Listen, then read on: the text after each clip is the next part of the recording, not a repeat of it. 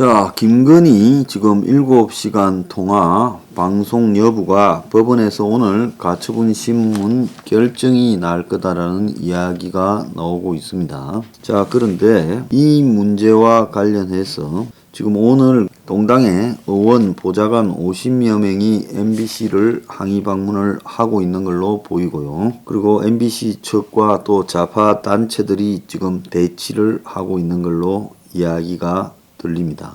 그래서 가처분 신청은 기각될 걸로 보이고, 스트레이트는 MBC 스트레이트, 저한테 옛날에 고소당했던 가짜 방송 많이 하는 데죠. 거기는 16일날 23일날 두 번에 걸쳐서 보도를 한다고 합니다. 이 문제를요.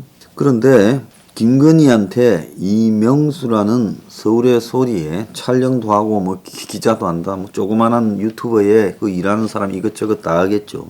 그렇게 서울의 소리에서 백은종이가 라디오에 나와가지고 6개월 동안 20번이 아니고 53번을 전화를 했다. 그리고 전화 녹취 총 합친 시간은 7시간 45분이다. 자, 그래서 이명수라는 기자가 수십 차례 통화를 했다.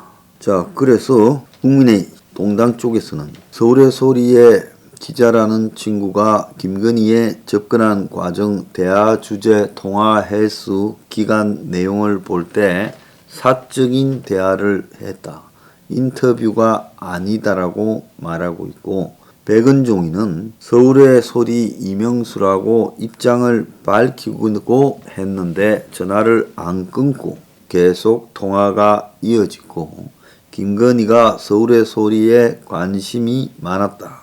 그래서 서울의 소리에서 김건희에 대한 집중 공격에 나섰던 정대택이 방송을 하고 있는데 대해서 알아보고 싶은 게 있어가지고 이런 대화를 했겠지, 일방적으로 하려 했다면 이렇게 많은 통화가 이루어졌겠냐라고 말을 하고, 또 이런 녹취록을 공개하는 것은 남녀 몰카를 제3자가 방송에 유통시키는 것과 같다라고 김재원 동당의 최고위원이 이야기한 데 대해서는 어떻게 생각하느냐 하니, 김건희가 기자임을 밝혔는데도 대화를 시작했고, 그래서 그도 서울의 소리 정보를 듣고 싶어 했고, 그래서 기자는 김건희를 취재하고 싶어 해서 서로 이해관계가 맞아 떨어져서 53번이나 통화를 했다. 자, 그런데 이게 사생활 침해다라고 하는데 김건희가 일반 주부냐, 이렇게 이제 백은종이는 이야기를 하고 있어요. 그래서 윤석열에게 많은 영향력을 행사하는 사람인데 그걸 사생활이다라고 하면 곤란하지 않느냐. 자, 이런 거를 공개했을 때 법적 조치를 받을 수도 있는데 굳이 녹취를 공개하려는 이유가 뭐냐고 하니, 자기는 법적 조치를 받을 가능성이 없고 이 녹취에 나온 주요 내용을 국민에게 널리 알릴 책무가 있다. 그래서 법원에서 방송하지 말라고 해도 다른 방법으로 알리겠다. 왜 MBC에 하냐니, MBC가 우리가 목적인 이걸 널리 알릴 수 있는 부분에 부합되는 매체다. MBC에서 보도가 돼야 국민이 이 부분에 대한 신뢰를 높게 할 게 아니냐, 요렇게 이야기를 하고, 가처분 신청이 만약에 받아들여지면 그러면 서울의 소리 유튜버를 통해서라도 할 거냐, 그러니까 MBC가 안 되면 KBS라도 줘야지 하면서 서울의 소리는 이거를 보도할 생각이 없다. 메이저급 언론사를 시켜서 다시 보도하도록 만들겠다. 이렇게 이야기를 하고, 그래서 어떤 부분을 도대체 국민에게 당신이 알리고 싶은 거냐, 이렇게 물으니까 김건희와 윤석열 간에, 부부 간에 김건희의 역할이 뭐냐, 또 윤석열이가 총장을 할 때 그 내용들이 어떻게 진행되었는가, 이 말은 조국 이야기가 핵심이 될 가능성이 큽니다. 자, 그런 것들이 공익적으로 알 필요가 있는 문제들이다라고 생각한다. 이렇게 지금 말했어요.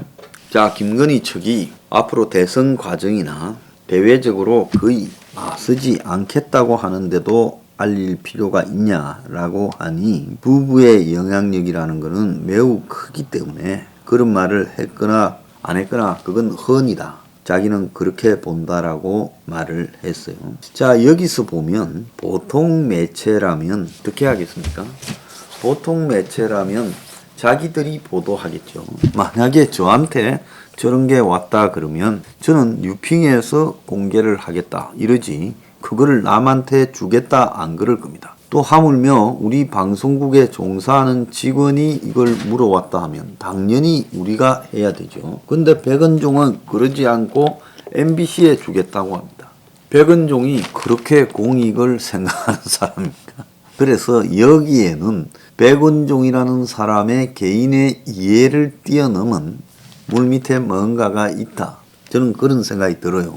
그런데 이걸 취재하는 과정에 관한 재밌는 이야기가 있어요. 서울의 소리하고 열린 공감 TV하고 서로 주고받은 이야기가 있는데 그 서울의 소리의 이명수라는 애가 열린 공감 TV에서 보도한 내용을 오보라고 말을 하니 그게 내 김건희 내용이겠죠. 열린 공감 TV가 항의를 했어요. 같은 편인데 어떻게 보면 왜 그러냐. 그러니 김건희에게 떡밥을 던지려고 그러니 같이 좀 의논하자 이랬다는 거예요. 이것은 열린 공감 TV 측에서 나왔습니다. 녹취를 한 서울의 소리 이명수가 김건희와 접촉을 할 때 대책점에 있는 인사의 발언이 허위다라고 이야기를 했어요. 김건희와 대책점에 있는 인사는 정대택입니다. 그 김건희 어머니와 김건희를 집요하게 지금 공격하고 있는 사람이죠. 그래서 정대택의 발언이 허위라고 서울의 소리가 그렇게 자기들 입장에서 봤을 때는 오보를 낸 다음에 그러면 김건희가 이 서울의 소리에 대해서 호감을 느낄 게 아니에요? 아이고 저기는 좌파 방송인데 어떻게 나한테 공격하는 정대택의 열린 공감 TV 발언을 오보라고 말했느냐. 이렇게 해서 접촉이 되었다는 거예요. 물론 서울의 소리 측은 이걸 이제 부인하고 있습니다. 서울경제가 열린 공감 TV에 김건희 녹취 관련 입장문을 보면 이명수가 지난 7월 27일 열린 공감 TV가 보도한 정대택의 펜트하우스 발언 아크로비스타 이 아파트 17층 펜트하우스에 김건희가 전세로 들어갔다. 14가구만 사는 데인데 이 펜트하우스에 아주 적은 돈으로 전세를 들어가서 살았다. 뭐 이런 이야기입니다. 정대택이 주장을 빌어서 열린 공감 TV가 보도를 했던 것 같아요. 그런데 이걸 서울의 소리가 허위다라고 보도를 했어요. 그래서 서울의 소리 이명수가 열린 공감 TV가 오보를 인정했다고까지 말을 했고 그래서 열린 공감 TV가 서울의 소리에다가 정정 보도해라 이러니 이제 이명수가 김건희의 떡밥용이니까 이해해 달라고 말을 하고 그리고 그런 기사를 쓴 이명수가 8월 2일 날 김건희와 통화를 했어요. 그래서 7월 27일 날 작년에 정대택 펜트하우스 발언을 보도한 열린 공감 TV의 내용이 이제 오보다라고 말하고 8월 2일 날 했고 그리고 이명수는 처음 통화할 때 서울의 소리 기자다라고 했고 이후에 김건희와 누님이라는 말을 하는 사이가 됐고 그래서 오늘 백은종 주장에 의하면 20여 차례 7시간이 아니라 53차례 7시간 45분을 대화를 나누게 되는 시작이었다는 거예요. 그래서 이명수가 김건희와 연락하며 정천수 열린 공감 TV 대표에게 김건희의 어떤 내용의 말을 끄집어내야 되겠느냐 하고 물으니 여러 가지 적절한 유도 멘트를 알려줘서 열린 공감 TV가 서울의 소리보다 이런 걸 훨씬 더 빠삭하니까 가르쳐 줬다 이 이야기입니다. 그래서 거기서 배운 질문을 김건희에게 던졌어요.